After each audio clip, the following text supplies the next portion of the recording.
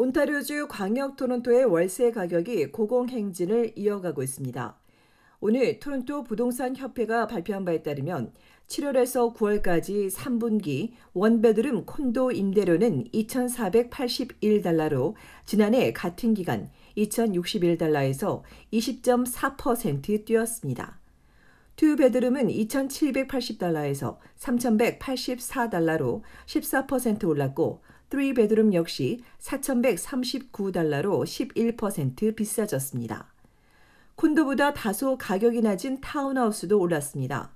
원베드룸이 2,261달러로 18% 뛰었고 투베드룸은 2,864달러로 11%, 3베드룸도 13% 오른 3,366달러로 집계됐습니다. 1년 새 두 자릿수 상승이 이어지고 있는 건데 이는 기존 세입자에 더해 고금리로 인해 구매를 포기한 예정자들까지 임대 시장에 몰리는 데다 유학생과 임시 거주자까지 증가하면서 경쟁이 심화되고 있기 때문입니다. 반면 시장에 나온 임대 유닛은 주로 월세 구하기는 더 어려워졌습니다. 때문에 협회는 임대 콘도의 주 공급원인 투자자 소유주택 이외에 임대주택을 충분히 더 공급해야 한다고 촉구했습니다. 이처럼 GTA의 임대시장 경쟁이 여전히 뜨거운 가운데 지난 3분기 콘도 거래는 절반 가까이 뚝 떨어졌습니다. 협회에 따르면 올 3분기 콘도 매매는 4,177건으로 지난해 동기간과 비교해 46% 감소했습니다. 신규 매물도 16%로 줄었습니다. 그럼에도 평균 거래 가격은 소폭 상승했습니다. 이 기간 GTA 콘도의 평균 거래 가격은 72만 132달러로 지난해 68만 9,230달러보다 4.5% 상승했습니다. 토론토시만 보면 평균 가격이 74만 9,375달러로 3.3% 상승했습니다. 협회는 연방중앙은행의 금리 인상 이후 가격 상승 속도가 빠르게 조정되고 있다고 설명했습니다. 한편 한인이 많이 거주하는 노스역 콘도를 보면 투베드룸 콘도가 가장 인기가 많고 원베드룸 플러스 댄과 투베드룸 플러스 댄, 원베드룸 순입니다.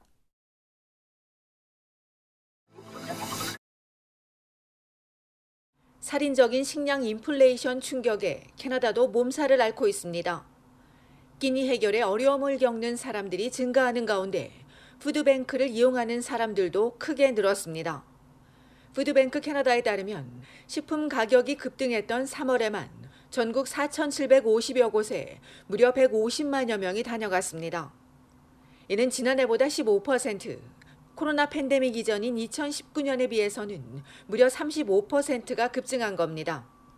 생활비가 급격히 오르는 데다 물가까지 급등하는데 빈곤층을 지원하는 사회 안전망이 제 역할을 다하지 못하기 때문이라고 푸드뱅크는 지적했습니다.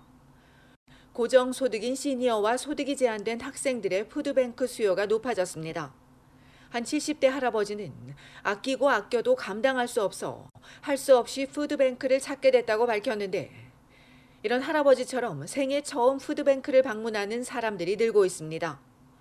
여기서 더 큰 문제는 푸드뱅크 이용자의 3분의 1인 50만여 명이 나라의 미래인 자라나는 어린이들인 겁니다. 또 혼자 사는 성인이나 장애인도 끼니의 어려움이 큰 것으로 알려졌습니다. 이처럼 푸드뱅크 수요는 급증하는데 물품 기부는 오히려 감소하고 있습니다. 물가 상승과 글로벌 공급망 위기로 식품 가격이 상승하면서 기부 물품이 크게 줄고 있습니다. 한 푸드뱅크는 8월에 보통 150명, 9월엔 이보다 50%가 증가하는데 올해는 9월에만 300명, 10월에도 360명이 다녀가면서 물품이 바닥이 났다고 전했습니다. 푸드뱅크 캐나다는 창립 이래 지금껏 이렇게 힘든 적은 처음이라며 기관은 물론 자원봉사자와 방문자 모두가 힘든 시기를 겪고 있다고 호소했습니다. 그러면서 대다수 방문자가 소득의 60% 이상을 월세로 내고 있다며 저렴한 임대주택 지원을 늘리고 최저소득 기준을 새로 정립해야 한다고 정부에 촉구했습니다. 또 고용보험이나 근로자 혜택 프로그램도 실질적으로 도움이 되도록 개선해야 한다고 덧붙였습니다. 이외에도 기관은 캐나다인들의 적극적인 지원과 도움을 요청했습니다.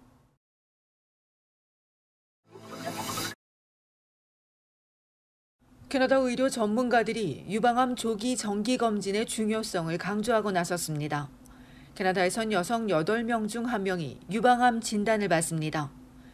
유방암이 다른 암에 비해 비교적 예후가 좋기는 하지만 초기 통증이 없고 특별한 자각 증상도 없어 늦게 발견되기 쉬운 만큼 정기 검진이 매우 중요하다고 강조했습니다. 유방암 발병 요인은 가족력이나 유방암 관련 유전자 돌연변이, 치밀 유방인 경우, 호르몬 대체요법을 장기간 받은 경우 등 복합적으로 작용합니다. 캐나다 가이드라인은 50세부터 정기 검진을 권고하고 있습니다. 그런데 캐나다 유방암 환자의 17%가 40대로 집계되고 있는 겁니다. 이에 일부 전문가들은 정부의 가이드라인 개정안을 촉구하면서 40세가 넘은 40대 여성은 매년 검사를 받는 것이 필요하다고 강조했습니다. 40대가 특히 폐경 전이기 때문에 암이 더 빨리 자랄 수 있다는 겁니다. 이들은 또 50세에서 69세 여성은 2년에서 3년마다 받을 것을 권장했는데 50대라도 폐경 전이라면 매년 하는 것이 좋다고 조언했습니다. 아시아인은 특히 40대 중반의 발병률이 가장 높은 것으로 나타나고 있습니다. 백인보다 10살이나 어립니다. 한국에서도 40세부터는 해마다 유방암 검진을 받는 것으로 권고되고 있고 가족력이 있는 경우는 30세부터 받도록 하고 있습니다. 캐나다의 전문가는 유방암을 늦게 발견하면 절제술이나 화학요법 등을 해야 하는데 이렇게 되면 삶의 질이 크게 떨어진다며 조기 검진을 촉구했습니다. 한편 이달 초 온타리오 의학협회는 코로나19 팬데믹 기간 중 유방암 검사 건수가 40만여 건 감소했다고 밝혔습니다.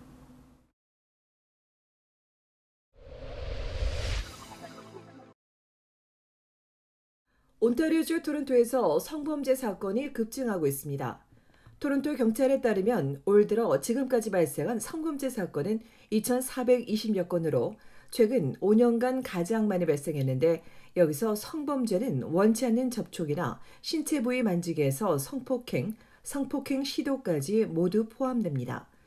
최근엔 대난 놀스옥 셰퍼드와 제인 인근에 있는 엘리아 미들스쿨 운동장에서 10살과 11살 여학생 2명이 점심시간에 나와 있었는데 중년의 흑인 남성이 학교 소유지인데도 들어와 두 여학생을 만지곤 공원 쪽으로 달아났습니다.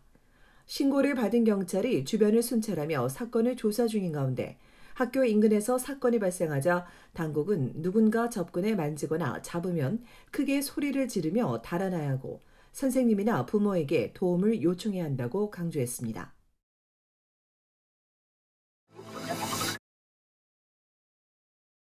온타리오주 토론토시가 시청 직원 사칭 사기 주의보를 발령했습니다. 토론토시에 따르면 시청 직원을 사칭한 사기범은 가정에 전화를 걸어 수질 검사를 위해 펌프와 밸브를 점검해야 한다며 집에 사람이 있냐는 등의 질문을 한 뒤 10여 분 안에 직원이 방문할 것이라고 알립니다. 이와 관련해 아직 피해 신고는 접수되지 않았지만 앞서 지난 8월 이와 유사한 일이 있었는데 당시엔 사기 일당이 실제로 집을 찾아와 검사를 하는 척하며 개인정보 수집을 시도한 것으로 알려졌습니다. 최근 석 달 동안 온수기와 정수기, 지하 홍수 방지나 수질 검사에 대한 정보 검색이 부쩍 늘어난 것도 이런 문제에서 시작됐을 것이라고 예상한 시 관계자는 시청 직원은 절대 가정집을 방문할 일이 없고 또 개인정보도 요구하지 않는다며 이 같은 수상한 전화를 받으면 즉시 경찰에 신고하고 311로도 전화할 것을 당부했습니다.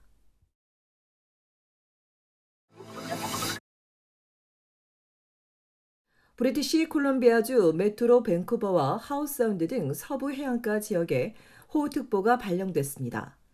최대 시속 80km의 강풍과 함께 일부 지역엔 많게는 60mm의 폭우가 쏟아진 가운데 어젯밤 호우특보를 내린 연방환경성은 토요일과 일요일에도 하루 최대 50mm 이상의 많은 비가 예상되고 할로윈은 월요일까지 이어질 것으로 예상되며 특히 코키틀럼과 메이플 리지, 웨스트 밴쿠버, 노스 밴쿠버, 하우사운드에 더 큰 피해가 예측된다고 지적했습니다.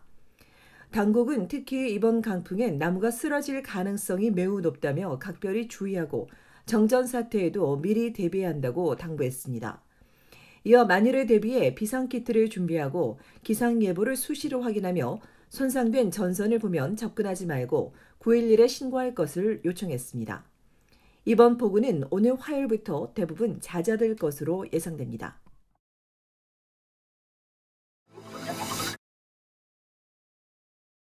다음 달 1일부터 12월 31일까지 외교부와 검찰청이 기소중지 재외국민 특별 자수 기간을 운영합니다. 대상은 1997년 1월 1일부터 2001년 12월 31일까지 부정수표 단속법 위반과 근로기준법 위반, 사기죄, 횡령죄, 배임죄로 입건돼 기소중지 상태인 재외국민 이외에 고소 고발이 취소된 경우, 합의 등에 준하는 경우, 법정형이 벌금만 규정되어 있는 경우 등 검찰 사건 처리 기준에 따라 약식명령 청구할 사안도 편의를 제공받을 수 있습니다. 재개 신청서와 접수는 신분증을 소지하고 본인이 직접 재외 공간을 방문해 신청해야 하며 접수된 신청서는 검찰청이 피해자와의 합의기간 부여 및 이메일이나 우편 등에 의한 간이 방식의 조사를 통해 사건을 처리하게 됩니다.